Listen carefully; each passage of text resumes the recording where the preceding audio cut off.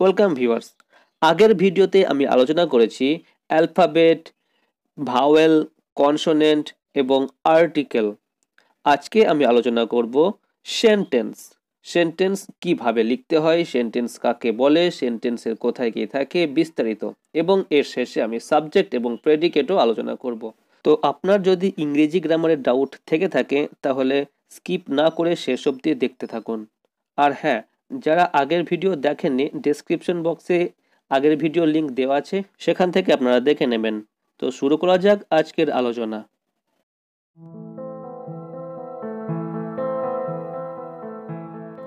Sentence বাংলায় যাকে বলে বাক্য।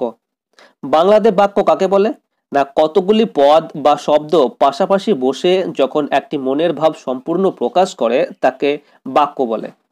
ঠিক ইংরেজিতে এরকম, a sentence is a combination of words that gives us a complete and logical idea about something.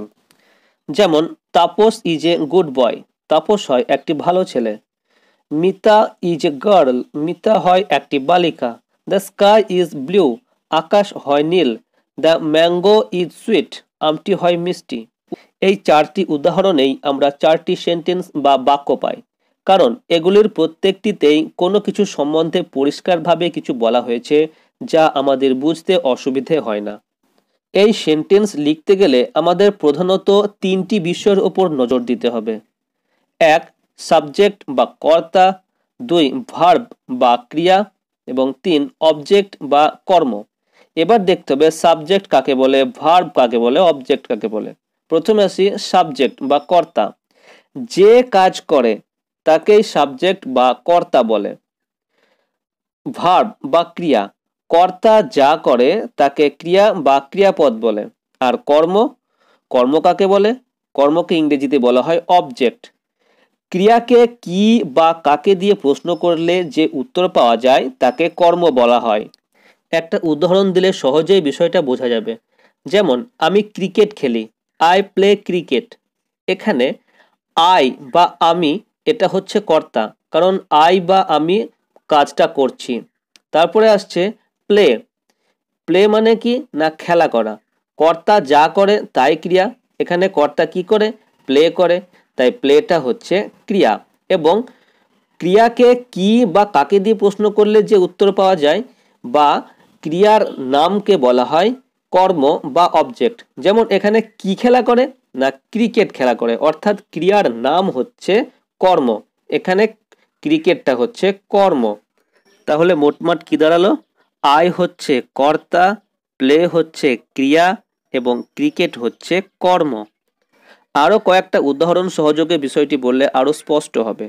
যেমন, আই ইট রাইস, আই হচ্ছে সাবজেক্ট, ইট হচ্ছে ভার্ব এবং রাইস হচ্ছে object.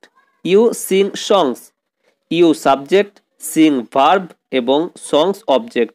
He looks at a picture, he subject, looks at verb এবং a picture object. We play football, we subject, play verb আর football object. তো ইংরেজিতে এরকম সব সময় এসভিও রুল ফলো করা হয়। এসভিও রুল মানে সাবজেক্ট, ভার্ব, অবজেক্ট। আমরা বাংলায় যখন কোনো বাক্য বলি তখন কিন্তু এরকম হয় না।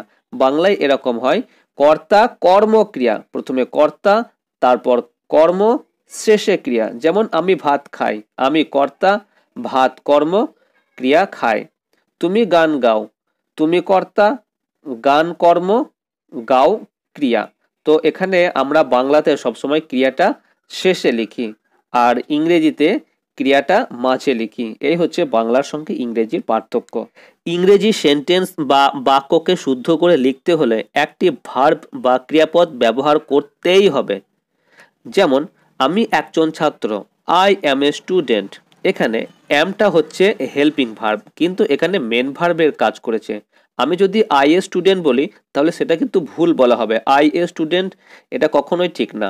আবার আমরা ছাত্র, উই আর স্টুডেন্টস, এখানে আরটা মেন ভার্বের কাজ করছে, যদিও আর একটা অক্সিলারি ভার্ব। তুমি অসুস্থ, ইউ আর সিক, এখানে আরটা মেন ভার্বের কাজ করছে, ইউ সিক কখনোই বলা যাবে না। তোমরা অসুস্থ, ইউ আর সিক, এখানে আর এখানেও সেই আরটাই মেন ভার্বের কাজ করছে, কখনোই ইউ সিক বলা যাবে না। বললে মনের ভাব প্রকাশ পেলেও এটা গ্রামাটিক্যাল কিন্তু ভুল হবে। তাহলে আমরা দেখলাম প্রত্যেকটা বাক্যের মধ্যে একটা ভার্ব বা ক্রিয়া অবশ্যই থাকতেই হবে। যদি ভার্ব বা ক্রিয়া না থাকে তাহলে সেটা কখনোই বাক্য বলা যাবে না। ইংরেজি বা বাংলায় সেন্টেন্স বা বাক্য গঠন করার সময় আমরা কোনো ব্যক্তি বা বস্তু সম্বন্ধে কিছু বলে থাকি। সেই ব্যক্তি বা বস্তুকে বলা হয় উদ্দেশ্য। ইংরেজিতে একে বলা হয় সাবজেক্ট। যেমন রাম একটি ভালো ছেলে, এখানে রাম সম্বন্ধে বলছি, তাই রাম হচ্ছে উদ্দেশ্য বা সাবজেক্ট। আর উদ্দেশ্য বাদে বাকি অংশটাকে বলা হয় বিধেয়। যেমন এখানে রাম একটি ভালো ছেলে, একটি ভালো ছেলে, এই একটি ভালো ছেলে অংশটা হচ্ছে বিধেয়। বিধেয়কে ইংরেজিতে বলা হয় প্রেডিকেট। আরও কয়েকটা উদাহরণ সহযোগে আমি বিষয়টা বুঝিয়ে দিচ্ছি। যেমন আমরা ছাত্র, উই আর স্টুডেন্ট, এখানে উইটা হবে সাবজেক্ট আর স্টুডেন্টসটা হবে প্রেডিকেট। সোমা একটি বালিকা, সোমাটা হবে সাবজেক্ট, ইজ এ গার্ল এটা হবে প্রেডিকেট। ঘোড়াটি ছুটছে, the horse is running, the হর্সটা হবে সাবজেক্ট এবং ইজ রানিং এটা হবে প্রেডিকেট। তো এটা খুবই সহজ, আশা করছি বুঝতে কোনো অসুবিধা হয়নি। চলে যাচ্ছি নেক্সট টপিকে। এই সিরিজের আগের ভিডিও অর্থাৎ প্রথম ভিডিওতে আমি আলোচনা করেছিলাম আর্টিকেল। আর্টিকেলের ডেফিনেট আর্টিকেলের বিস্তারিত ব্যাখ্যা আমার ওই ভিডিওয় করা হয়নি সময়ের জন্য, তো আমি এখন ডেফিনেট আর্টিকেলের বিস্তারিত ব্যাখ্যা করে দিচ্ছি। ডেফিনেট আর্টিকেল অর্থাৎ দি। তো এখন আমরা দেখে নেব ঠিক কোন কোন জায়গাতে আমরা দি বসিয়ে থাকি। নির্দিষ্ট ব্যক্তি, বস্তু বা প্রাণীকে বোঝাতে সেই নাউনের আগে এ বা এন না বসিয়ে আমরা দি বসিয়ে থাকি। যেমন বালকটি, দ্য বয়, শিক্ষকটি, দ্য টিচার, ডাক্তারটি, দ্য ডক্টর, মোমবাতিটি, দ্য ক্যান্ডেল, মোটর গাড়িটি, দ্য মোটর কার। জাতি বোঝানোর জন্য একবচন বা সিঙ্গুলার নাউনের আগে দি বসে থাকে। যেমন গরু, দ্য কাউ, কুকুর, দ্য ডগ, গাছ, দ্য ট্রি, কুমির, দ্য ক্রোকোডাইল, সিংহ, দ্য লায়ন। তারপর ইংরেজিতে কোনো জাতির নাম লেখার সময় তার আগে ডেফিনেট আর্টিকেল দি দিতে হয়। যেমন ইংরেজ জাতি, দ্য ইংলিশ, ভারতীয় জাতি, দ্য ইন্ডিয়ানস, মার্কিন জাতি, দ্য আমেরিকানস, বাঙালি জাতি, দ্য বাঙালিজ, ফরাসি জাতি, দ্য ফ্রেঞ্চ ইত্যাদি। তারপর নদী, সাগর, মহাসাগর প্রভৃতি নামের আগে দি বসে এবং ওই ভৌগোলিক স্থানগুলির নামের আদ্যক্ষর বড় হাতের বা ক্যাপিটাল লেটারে লিখতে হয়। যেমন গঙ্গা নদী, দ্য গ্যাঙ্গেজ, বঙ্গোপসাগর, দ্য বে অফ বেঙ্গল, দামোদর নদ, দ্য দামোদর, আরব সাগর, দ্য আরবিয়ান সি, ভারত মহাসাগর, দ্য ইন্ডিয়ান ওশিয়ান, দক্ষিণ মেরু, দ্য আন্টার্কটিক। তাছাড়াও সূর্য, চন্দ্র, নক্ষত্র, পৃথিবী, আকাশ প্রভৃতির আগেও দি বসে। যেমন সূর্য, দ্য সান, নক্ষত্র সকল, দ্য স্টার্স, পশ্চিম দিক, the West, Chandra, the moon, পৃথিবী, দ্য আর্থ, উত্তর দিক, the north, Akash, the sky, পূর্ব দিক, দ্য ইস্ট, দক্ষিণ দিক, দ্য সাউথ ইত্যাদি।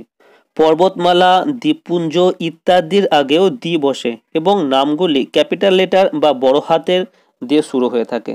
যেমন হিমালয় পর্বত শ্রেণী, দ্য হিমালয়াজ, বিন্ধ্য পর্বত শ্রেণী, দ্য ভিন্দাস, আন্ডিজ পর্বত শ্রেণী, দ্য আন্ডিজ, পশ্চিম ভারতীয় দ্বীপপুঞ্জ, দ্য ওয়েস্ট আন্ডিজ, আন্দামান ও নিকোবর দ্বীপপুঞ্জ, দ্য আন্দামানস অ্যান্ড নিকোবর, আল্পস পর্বত শ্রেণী, দ্য আল্পস, রকি পর্বত শ্রেণী, দ্য রকিজ। এছাড়াও মহাকাব্য, ধর্মগ্রন্থ, বিখ্যাত সৌধ, সংবাদপত্র, জাহাজের নাম, পরিবারের নাম প্রভৃতির আগে দি বসে এবং ওই নামগুলি বড় হাতের হরফে বা ক্যাপিটাল লেটার দিয়ে শুরু হয়। যেমন Ramayan, the Ramayana, Gita, the Gita, Quran, the Quran. তারপর মহাভারত, দ্য মহাভারত, টাইটানিক জাহাজ, the Titanic, Taj Mahal, the Taj Mahal, Times of India, the Times of India, Veda, the Vedas, Bible, the Bible ইত্যাদি। বিখ্যাত ঐতিহাসিক ঘটনা এবং বিখ্যাত মন্দির, ঐতিহাসিক স্মারকসৌধ ও প্রাসাদের নামের আগে দি এই ডেফিনাইট আর্টিকেল ব্যবহার করা হয়। এই নামগুলিও ক্যাপিটাল লেটার দিয়ে শুরু হয়ে থাকে। যেমন ফরাসি বিপ্লব, দ্য ফ্রেঞ্চ রিভলিউশন, শতবর্ষব্যাপী যুদ্ধ, দ্য 100 ইয়ার্স ওয়ার, সিপাহী বিদ্রোহ, দ্য সিপাহী মিউটিনি, বাস্তিল দুর্গ, দ্য বাস্তিল, জগন্নাথের মন্দির, দ্য জগন্নাথ টেম্পল, মার্কিন স্বাধীনতা সংগ্রাম, the American war of independence ইত্যাদি। এছাড়াও সমষ্টিবাচক দেশের নামের আগেও দি ব্যবহার করা হয়ে থাকে। যেমন আমেরিকা যুক্তরাষ্ট্র, the United State of America বা USA. United Kingdom, the United Kingdom বা the UK. Netherlands, the Netherlands. পশ্চিম ভারতীয় দ্বীপপুঞ্জ, দ্য ওয়েস্ট ইন্ডিজ। এছাড়াও সুপারলেটিভ ডিগ্রি বা শ্রেষ্ঠত্বসূচক শব্দের আগেও দিয়ে ব্যবহার করা হয়ে থাকে, যেমন ক্লাসের সব থেকে ভালো ছেলেটি, the best boy in the class.